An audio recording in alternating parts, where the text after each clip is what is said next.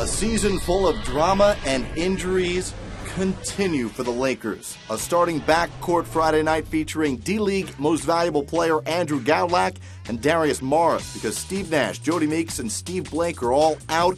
Tim Duncan and the Spurs trying to win game number 3 of the series. Tim Duncan, 4 of 5 shooting in the first quarter.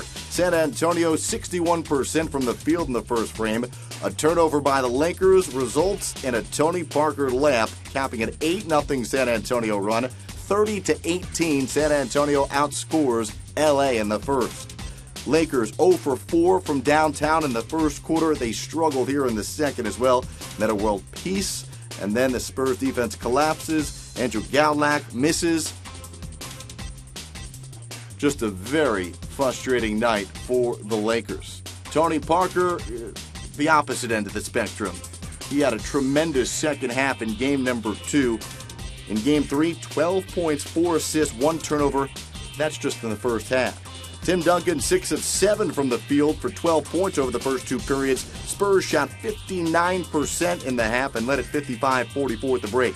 Another 30-point frame in the third for San Antonio. Tim Duncan, 5 of 7, 10 points in the third.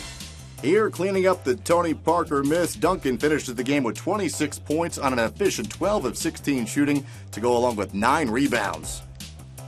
San Antonio 70% in the third quarter. Manu Ginobili the steal, 1 of 7 third-quarter turnovers by the Lakers. Corey Joseph the lay-in. There was one bit of scary news here for San Antonio in the third. Thiago Splitter, hustling for the ball, goes down with a left ankle injury. He would be taken to the locker room, and Splitter did not return.